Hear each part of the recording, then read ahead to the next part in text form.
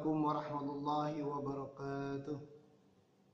Alhamdulillahirabbil alamin wassalatu wassalamu ala asyrofil anbiya'i wal mursalin wa ala alihi wa sahbihi ajma'in, amma ba'du. Untuk seluruh peserta didik kelas 11 yang berada di rumahnya masing-masing, marilah kita bersama-sama memanjatkan puji syukur kehadirat Allah Subhanahu wa taala bahwa pada hari ini merupakan yang pertama kita bertemu di pelajaran PAI Pendidikan Agama Islam. Di kelas 11 ini Allah masih bisa memberikan kita sehat rohani maupun sehat jasmani. Meskipun di tengah kondisi pandemi saat ini, sehingga kita bisa bertatap muka, berkomunikasi secara daring, tapi mudah-mudahan kita semua selalu disehatkan dan diselamatkan oleh Allah Subhanahu wa taala. Sebelumnya saya ingin menyapa untuk kalian yang berada di rumah. Bagaimana kabarnya, sehat? Alhamdulillah ya, mudah-mudahan selalu sehat, selalu tetap enjoy, selalu tetap berbahagia, dan selalu tetap menikmati keadaan seperti ini sampai Allah menurunkan kabar gembira kepada kita semuanya. Amin ya Allah ya Rabbal Alamin. Ya, rasanya memang berbeda dari pertemuan-pertemuan sebelumnya. Sebelum COVID ini saya rasanya senang kalau ngajar itu bisa langsung menatap wajah kalian. Tapi bagaimanapun inilah takdir yang harus kita jalani dan nikmati. Saya mengajar dengan merekam video ini, kemudian mengedit, mengirimkan di YouTube, kalian bisa menyimak. Ya, mudah-mudahan saya doakan kalian tidak hanya semangatnya aja yang tinggi, tapi semangat dan motivasi kalian yang tinggi didukung pulsa kuota internet. Ya gimana?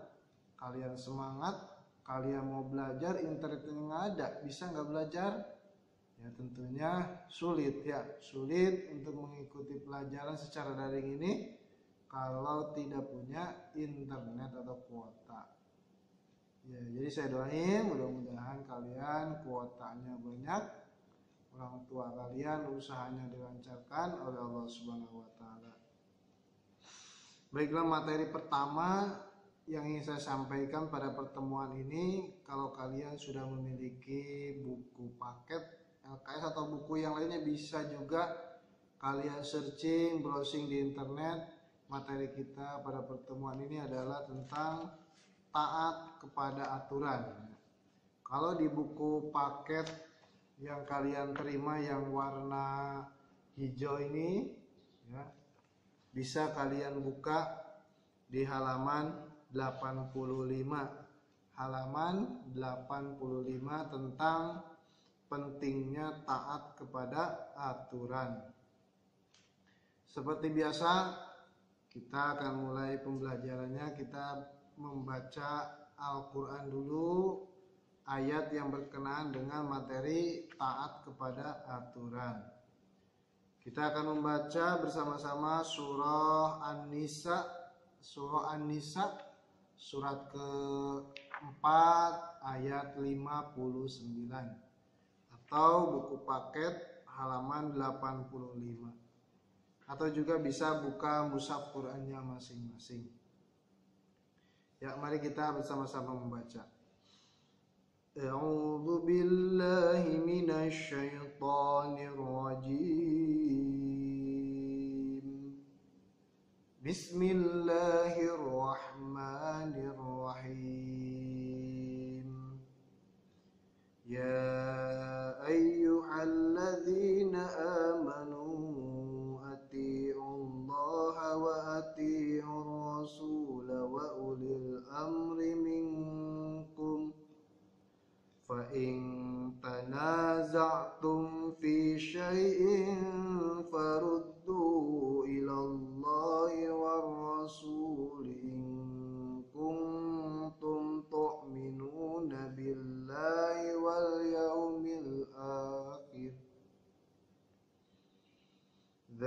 dzalika khairu wa ahsanu ta'wila. Shadaqallahul azim. Ya, bagi kalian yang berada di rumah yang belum baca, nanti dibaca ya. Itu surah An-Nisa ayat 59 yang menerangkan tentang taat kepada aturan. Saya akan bacakan terjemahannya dulu, atau kalian yang berada di rumah silakan baca terjemahan dari Quran surah An-Nisa ayat 59. Bismillahirrahmanirrahim. Wahai orang-orang yang beriman, taatilah Allah dan taatilah Rasul Muhammad dan ulil amri, pemegang kekuasaan di antara kamu. Kemudian jika kamu berbeda pendapat tentang sesuatu, maka kembalikanlah kepada Allah Al-Quran dan Rasul, yaitu dengan sunnahnya, jika kamu beriman kepada Allah dan hari kemudian. Yang demikian itu lebih utama bagimu dan lebih baik akibatnya. Quran surah An-Nisa ayat 59. Ya, untuk anak-anakku yang berada di rumah masing-masing, semoga disehatkan oleh Allah Subhanahu wa taala. Ketika ada satu pertanyaan bahwa mengenai materi ini, tuliskan isi kandungan surah An-Nisa ayat 59. Tuliskan isi kandungan surah An-Nisa ayat 59. Baiklah, kita akan jawab pertanyaan tersebut di slide PPT berikut ini.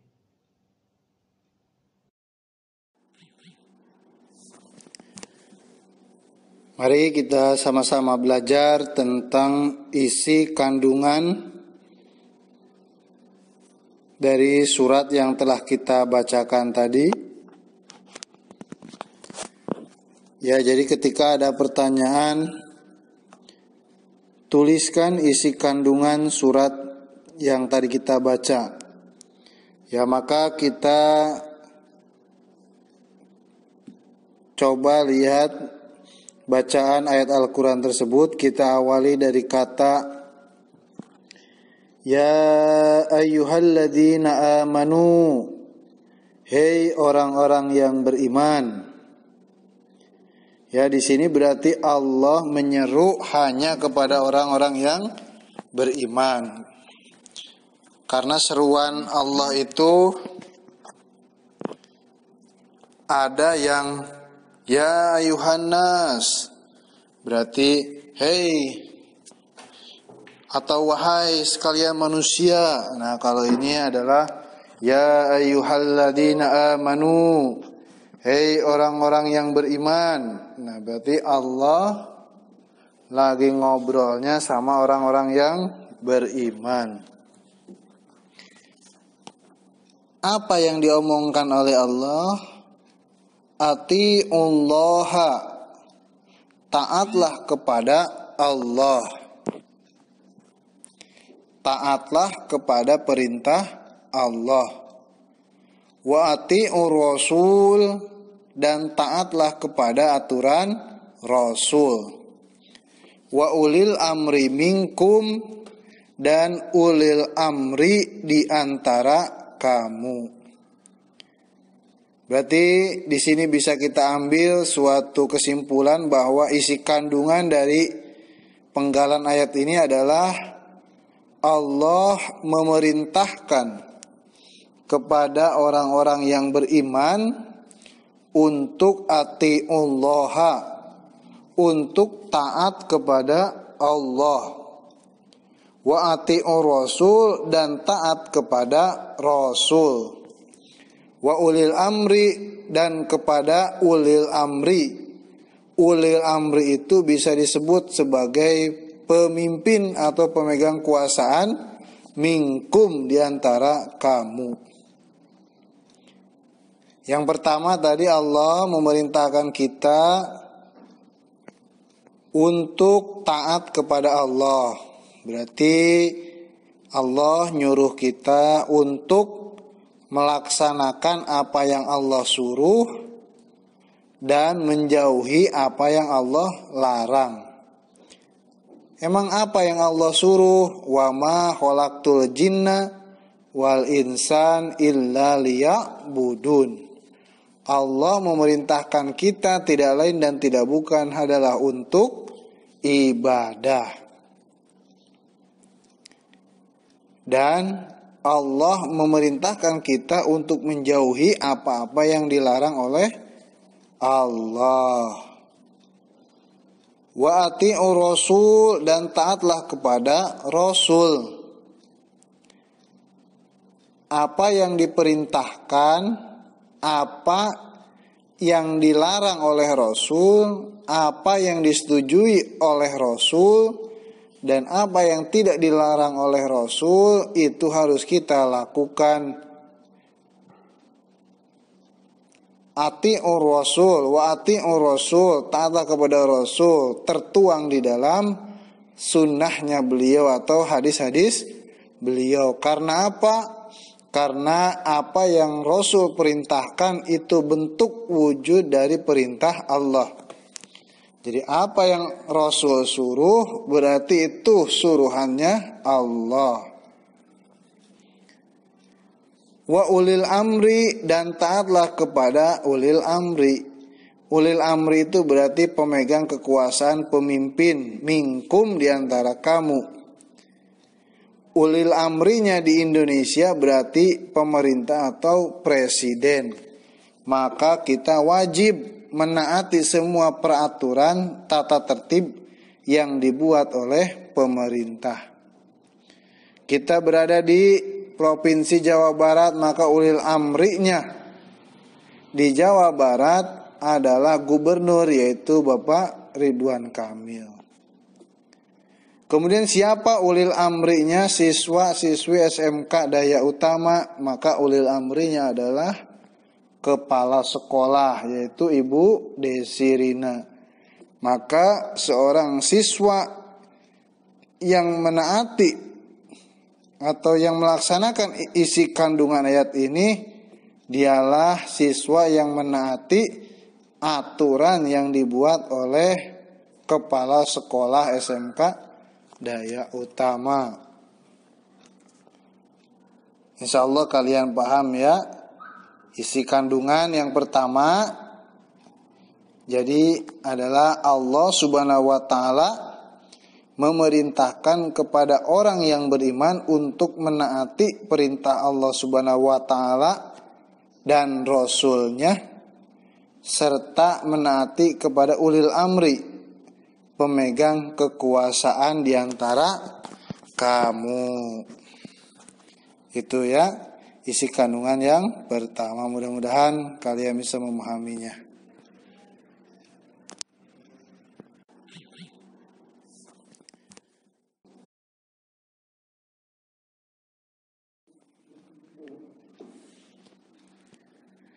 Kemudian yang kedua, kita lihat pada bacaan fa in tanaza'tum fi syai'in farudduhu ila Allahi war Rasul in kuntum tu'minuna billahi wal yaumil akhir. Kemudian jika kamu berlainan pendapat tentang sesuatu, maka kembalikanlah ia kepada Allah atau Al-Quran dan Rasul melalui sunnahnya atau hadis, jika kamu benar-benar beriman kepada Allah dan hari kemudian. Dzalika khairu wa ahsanu ta'wila. Yang demikian itu lebih utama bagimu dan lebih baik akibatnya. Setelah tadi kita sama-sama paham, kita sebagai orang beriman disuruh untuk menaati apa yang Allah perintahkan dan Rasul perintahkan, dan kita juga wajib menaati perintahnya ulil amri, maka dibaca penggalan ayat selanjutnya Allah memerintahkan untuk mengembalikan segala urusan, segala perbedaan pendapat dalam hal taat kepada Allah dan Rasul-Nya itu dikembalikan kepada Al-Quran dan Sunnah. Dulu ketika zaman umatnya Nabi Muhammad SAW, ketika Nabi Muhammad masih ada, ketika ada suatu permasalahan, mudah untuk mencari jawabannya. Tinggal mendatangi Rasul dan bertanya kepada Rasul tentang apa yang menjadi permasalahannya, dan Rasul akan menjawabnya. Maka jawaban itulah yang paling benar. Beda dengan keadaan saat ini. Ketika ada pertanyaan, ada suatu permasalahan, mau bertanya kepada siapa? Rasulnya enggak ada. Rasulnya sudah wafat. Ketika Rasulnya masih ada, kita baca Al-Quran, kita pahami perintah Rasul, kemudian kita tidak paham tentang penjelasan Al-Quran dan hadisnya, enggak ngerti, tinggal langsung ditanyain ke Rasul, Rasulnya ada, Rasul langsung menjawab, itu jawaban yang benar. Tapi sekarang ketika kita belajar tentang Al-Quran dan hadis,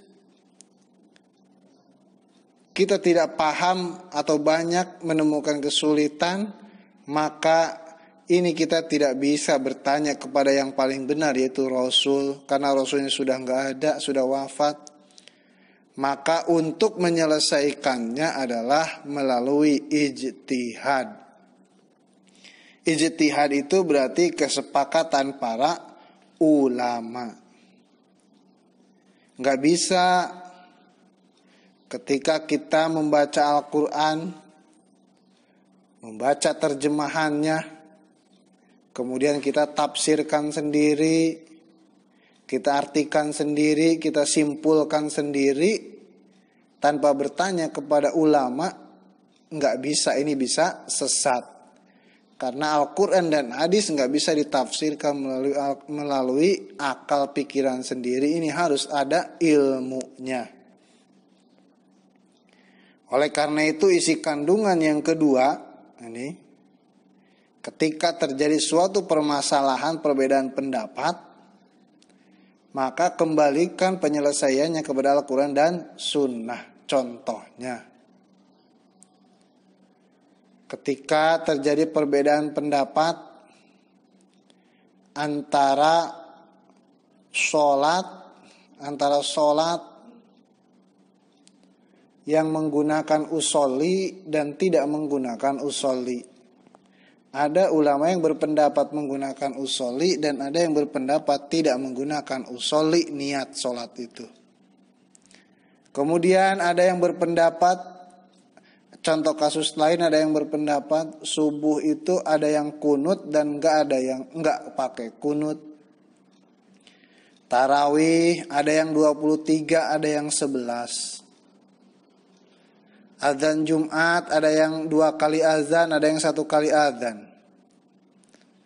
Zikir atau wirid sehabis sholat ada yang dikencengin, ada yang cukup di dalam hati. Masih banyak lagi perbedaan-perbedaannya.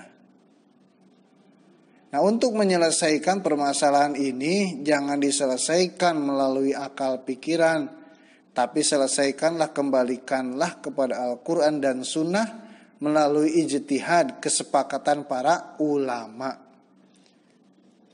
Tanya ke ulama, ini boleh atau enggak, ini bagaimana ilmunya. Maka ketika kita tidak punya kesempatan lagi bertanya kepada Rasul, maka saat ini kita bisa bertanya kepada para ulama-ulama kita, guru-guru kita, kiai-kiai kita, untuk menjawab segala permasalahan ketika terjadi perbedaan pendapat. Tidak perlu pendapat itu dipertentangkan, ketika terjadi perbedaan pendapat, dipertentangkan, diperselisihkan, sehingga timbul gontok-gontokan, pertikaian, nggak usah. Tapi selesaikanlah dengan cara mengembalikan kepada Al-Quran dan Sunnah atau hadis. Jadi isi kandungan yang kedua adalah jika terdapat masalah yang diperselisihkan dan tidak ada kata sepakat, disebabkan tidak ada petunjuk yang jelas di dalam Al-Quran dan hadis, maka penyelesaiannya dikembalikan kepada nilai-nilai dan jiwa Al-Quran dan hadis dengan menggunakan ijtihad. Wallahu a'lam bishawab.